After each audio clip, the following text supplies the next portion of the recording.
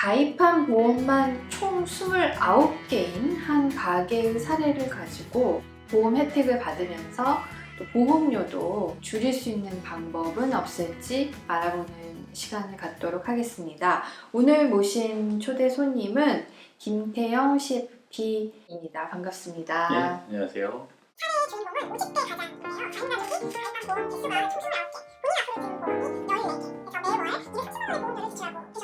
정작 혜택을 받은 것은 실손보험 하나였다고 하네요. 상담을 하다 보면 이 정도의 보험료를 내는 가족분들이 되게 많이 있습니다. 생각보다.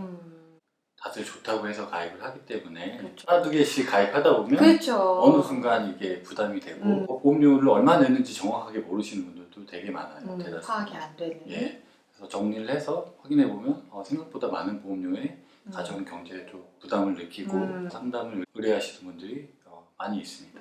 보험 점검을 할 때에는 두 가지 단어를 조금 기억해서 점검을 하는 게 중요하다고 말씀드릴 네. 수 있을 것 같아요. 비용이랑 확률이라는 두 단어로 정의할 수 있을 것 같은데요. 매월 보험료가 납입을 하고 해야 되잖아요. 그렇죠. 그렇기 때문에 고정 비용을 줄이는 부분, 보장 범위를 확인해서 보험금을 받을 수 있는 확률을 높이는 것도 보험 점검의 한 가지 중요한 사항이라고 말씀드릴 수 있습니다. 50대의 경우에는 네. 앞으로 10년 내지 20년 내에 은퇴가 임박해 있는 나이대라고 생각을 해요. 그래서 그렇죠. 보험을 점검해서 만약에 신규로 뭔가를 가입할 때에도 은퇴 이후에 납입을 할 수 있는 여력 고려를 한다면 어쩌면 50대가 보험 점검을 할 수 있는 마지노선이라고 말씀드릴 수가 있을 것 같습니다. 굉장히 중요한 시기에 네. 상담 의뢰를 해주신 거네요. 그렇다면은 이제 내 나이가 한 50대 정도 됐는데 네. 보험은 좀 생각컨대 좀 많은 것 같다. 네. 그러면 무엇에 포인트를 두고 체크를 해야 할지 네. 좀 짚어주신다면? 앞서 말씀드렸듯이 보험을 이제 장기적으로 납입해야 되는 상품이기 때문에 네네. 퇴직 이후에 보험료를 납입할 수 있는지에 대한 부분을 확인하는 게 중요하다고 말씀드릴 수 있을 것 같아요.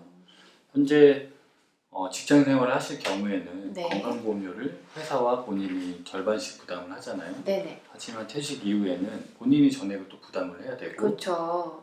또 대부분 이제 우리나라 국민들의 3,500만 원이 가입하고 계신다는 실손의료보험의 경우에는 나이가 들어감에 따라 보험료가 인상돼서 그렇죠. 그 부분도 고려한다고 하면 건강보험료와 실손의료비의 인상 부분 이런 부분을 고려해서 점검하는 게 중요하고요.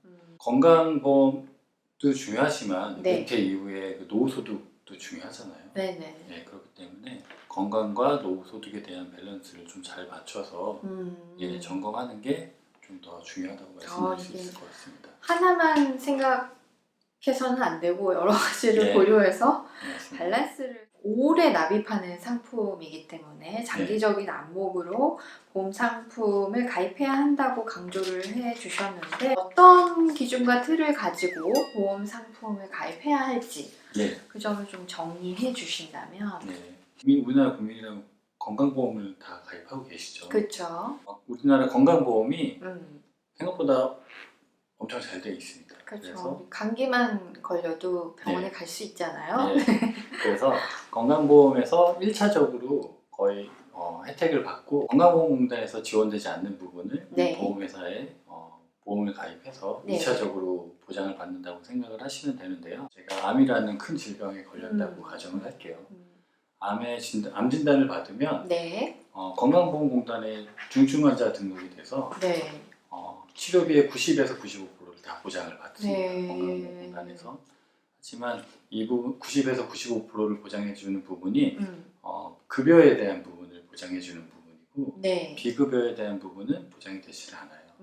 그래서 이 비급여에 대한 부분을 보장받기 위해서 저희가 보험사에 실손의료보험이라는 보험을 가입해서 비급여를 보장받게 받는 게 2차적으로 보장을 받을 수 있는 부분이고요. 비급여가 많이 있나요? 비급여라는 건 현재 새로운 치료법들이 계속 개발되고 있잖아요. 적용을 안 해주는 것들이 몇 가지 치료법들이 있습니다. 그럴 경우에는 실손보험을 통해서 그걸 보장을 받을 수 있고요. 1차적 1차적으로 건강보험공단, 2차적으로 실손보험에서 보장을 받으면 실질적으로 부담하는 병원비는 거의 들어가지 않는다고 보시면 될 것 같아요. 진단비들도 많이들 가입을 하시잖아요. 네네. 암이나 뇌, 신장 관련해서 네네. 진단비를 많이 가입하시는데 네. 이 진단비를 가입하는 이유는 네. 앞서 말씀드렸듯이 병원비는 거의 들어가지 않잖아요. 하지만 암이나 이런 큰 질병에 걸리면 일 그만두는 경우가 많이 있죠. 일을 치료를 위해서. 쉬거나 그만두게 되죠. 예. 보통.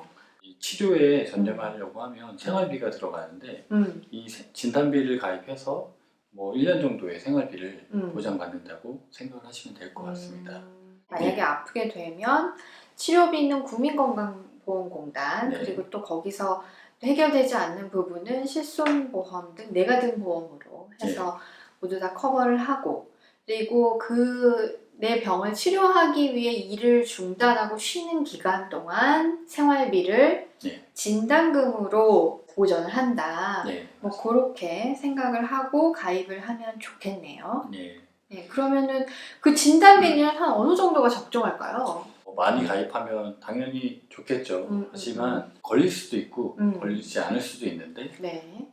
불확실한 확률에 너무 많은 비용을 지출하는 건 좀 불합리하잖아요. 그래서 적정한 가이드라인을 좀 정해드리자고 하면 치료를 위해서 1년 정도의 생활비가 적정한 금액인데 가정마다 기준이 다르긴 하겠지만 네. 보통 3천만 원에서 5천만 원 정도가 적정한 금액이라고 말씀드릴 수 있습니다. 자신의 상태에 따라서 거기서 조금 더 높게 또는 낮게 플러스 마이너스 해서 진단비는 설정을 해서 가입하는 게 좋을 것 같네요. 그러면 내가 받을 수 있는 혜택과 그리고 매월 지출하게 되는 보험료에 대한 부담 등을 고려를 했을 때 29개였나요? 네. 그 많은 보험 중에서 어떤 거는 킵하고 어떤 거는 그냥 벌어도 좋을지 그 우선순위를 정리를 해주신다면 보험이 아무것도 없는 상태에서 처음으로 보험을 가입한다고 하면 실손보험을 가입하는 게 가장 중요하다고 말씀드릴 수 있을 것 같아요. 실손보험 같은 경우에는 현재 50대 정도만 돼도 보험료로 뭐 한 3만 원 정도면 가입을 할 수가 있어요. 그래요? 지금 현재 판매되고 있는 실손보험 같은 경우에는 과거와는 달리 단독으로 가입할 수 있는 상품이기 때문에 3만 원 정도의 저렴한 보험료로 가입을 할 수 있는데 매월 3만 원을 내지만 혜택은 연간 입원 의료비에 5천만 원까지 보장을 받을 수 있고요. 네네. 매월 저희가 뭐 매일 통원하는 경우가 많잖아요. 뭐 감기든 뭐 여러 가지 질병으로 통원할 경우에 하루에 30만 원까지 통원 의료비가 지원이 됩니다. 그렇게 많이 해주나요? 네. 가성비적인 측면에서 가장 효율적인 보험이라고 말씀드릴 수 있고요. 두 번째로 진단비를 들 수 있겠죠. 네네. 진단비를 가입할 때 크게 3대 질환이라고 하죠. 네네. 암과 뇌, 심장 질환이 있는데 암과 뇌, 심장 질환에 대한 그 보장 범위도 조금 확인해서 가입하는 게 중요하다고 말씀드릴 수 있을 것 같아요. 네. 가장 빈번하게 발생하는 심장 질환이 협심증이라는 질병이에요. 네. 협심증이라는 건 뭐 심장이 가슴이 뭐 답답하거나 뻐근해서 병원에 가면 대부분 이제 협심증 진단을 많이 받는데 심장 관련 전체 질환 중에 협심증 진단 확률이 68%라고 해요. 높네요.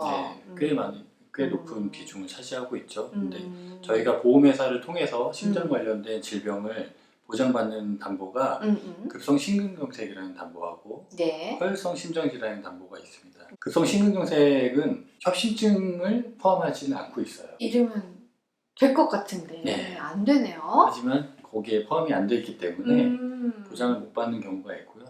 허혈성 심장질환이라는 담보는 협심증과 급성심근경색 모두를 다 포함하고 있기 때문에 이 보장 범위를 확인하고 가입하는 게 절대적으로 중요한 부분이라고 말씀드릴 수 있을 것 같아요. 내가 심장이 좀 걱정된다고 하면 허혈성 그 특약을 반드시 가입했는지 체크를 해야겠네요. 실손보험이 갱신형이잖아요. 네, 저도 3년에 한 번씩 갱신을 하고 있는데 요새는 거의 1년에 한 번 갱신하는 상품으로 바뀌었다고 하더라고요. 어떤 상품을 선택하는 게 좋은지. 실손보험이 2009년 8월을 기점으로 해서 표준의 이전과 이후로 나누어지는데 2009년 8월 이전에 가입했다고 하면 병원비를 100% 다 보장을 받을 수가 있습니다. 네. 그리고 2009년 8월 이후에 가입하신 분들은 네. 90에서 80%를 보장을 받는데요. 네네. 보장 비율은 지금 현재보다는 훨씬 더 높죠. 100%이기 때문에. 네. 하지만 보장 범위는 현재 판매되고 있는 실손보험이 훨씬 더 넓습니다. 아. 과거에 보장되지 않았던 한의원이나 치과, 항문질환, 그리고 최근에 판매되고 있는 상품은 뭐 정신과 질환까지 다 보장을 하고 있기 때문에 한의원 가는 것도 해주네요. 네, 맞습니다. 그렇기 때문에 보장에 대한 비율은 줄어들었지만 보장 범위는 넓어졌기 때문에 과거에 게 무조건 뭐 3년 갱신이고 뭐 최근에 1년 갱신이기 때문에 더 자주 오른다고 생각이 들잖아요. 그렇죠. 하지만- 체감상. 네, 맞습니다. 과거에 3년 갱신이나 5년에 갱신 한 번씩 갱신되는 상품들은 네. 3년이나 5년에 한 번씩 오르지만 3년치, 5년치 네, 이런 네. 게 보험료가 막 한 번에 오르기도 하고 또 또 더군다나 과거의 상품들은 보험료를 인상하는 인상 한도가 정해져 있지 않았었어요.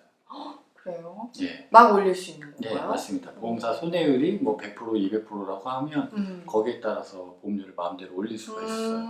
그래서 최근에 제가 상담드린 고객분 같은 경우에는 네. 70대 여성분인데 네. 실손보험이 지금 현재 14만 원 정도 납입하고 계셨어요.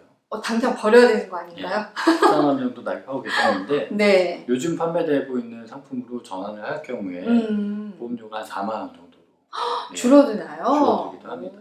과거의 상품이랑 현재 상품이 장단점이 각각 있습니다. 그래서 과거의 상품이 100%를 다 보장하기 때문에 납입에 대한 여력을 조금 확인하셔서 여력이 있다고 하면 조금 최대한 오랫동안 유지를 하시다가 보험료가 너무 많이 올랐을 경우에 네네. 최근에 판매되는 상품으로 실손 전환 제도를 활용해서 전환을 하시는 것도 조금 한 가지 방법이라고 할 수 있고요.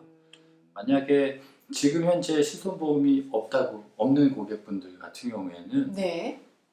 모든 보험사가 다 약관을 동일하게 쓰고 있잖아요. 네네. 그렇기 때문에 어디에 가입하시든지 동일하게 혜택을 받을 수가 있습니다. 그래요? 그래서 비교할 필요가 없는 거네요, 특별히. 그렇죠. 근데 보험사마다 보험료는 조금씩 다르겠죠. 실손보험도 현재 A라는 보험사가 올해는 가장 저렴하다고 해도 내년에는 B라는 보험사가 저렴할 수가 있거든요. 그렇군요. 예, 그렇기 때문에 실손보험을 가입하지 않은 고객은 네. 건강보험을 가입한 보험사가 네네. 있다고 하면 네네. 그 보험사에 가입하는 게 조금 더 나중에 오. 보험금 청구나 여러 가지 면에서 조금 유리하다고 말씀드릴 수 있습니다. 보험료가 뭐 전 보험사마다 조금씩 다르긴 하지만 뭐 네네. 1,000원 내지 2,000원 내에서 차이 그 나기 차이네요. 진단비를 좀 크게 가입하는 게 어려운 상황이라면 그걸 대체해서 좀 보완할 수 있는 다른 특약으로 다르게 보완할 수 있는 방법이 있을까요? 50대, 뭐 60대 이 정도 나이대가 되면 네. 암진단금 뭐 1,000만 원만 가입해도 보험료가 적지 않게 나갑니다. 그래서 얼마 정도일까요? 보통 암진단금 1,000만 원 가입하는데 매월 보험료만 2, 3만 원씩 납입을 해야겠죠. 네, 그러면 네. 20년을 보통 납입을 하시잖아요. 500만 원에서 700만 원 사이의 보험료를 납입을 하시는데 네. 가성비적인 측면에서 저는 수술 특약을 가입하시는 게 좀 더 유리하다고 말씀드릴 수 있을 것 같아요. 진단비 대신에 수술 특약을 예. 해라. 수술 특약 같은 경우에는 나이가 들어감에 따라서 네. 뭐 신체 여러 부위를 수술을 많이 하잖아요. 눈이 안 좋아지고 하면 백내장 수술을 할 수도 있고 관절이 안 좋아지면 뭐 인공관절을 안 아픈 데가 없죠. 수술할 수도 있고 네. 특히나 또 건강검진을 할 때 뭐 내시경을 하면 뭐 대장에서 용종을 제거하는 경우도 빈번하게 발생하잖아요. 그렇죠. 예. 이럴 경우에 수술 때마다 크고 작은 수술이 있을 때마다 네. 그거에 따른 보험금을 지급해주기 때문에 네. 수술 특약을 통해서 진단비를 대체할 수 있는 부분이 있지 않을까 말씀드릴 수 있습니다. 그럼 어떤 수술 특약을 드는 게 좋을까요? 뭐 한 가지인가요? 수술도 마찬가지로 아까 예를 들어 드렸던 그 심장 관련해서도 허혈성 심장질환과 급성심근경색이라는 특약이 있잖아요. 네네. 효율성 골라야 됩니다. 예. 맞죠?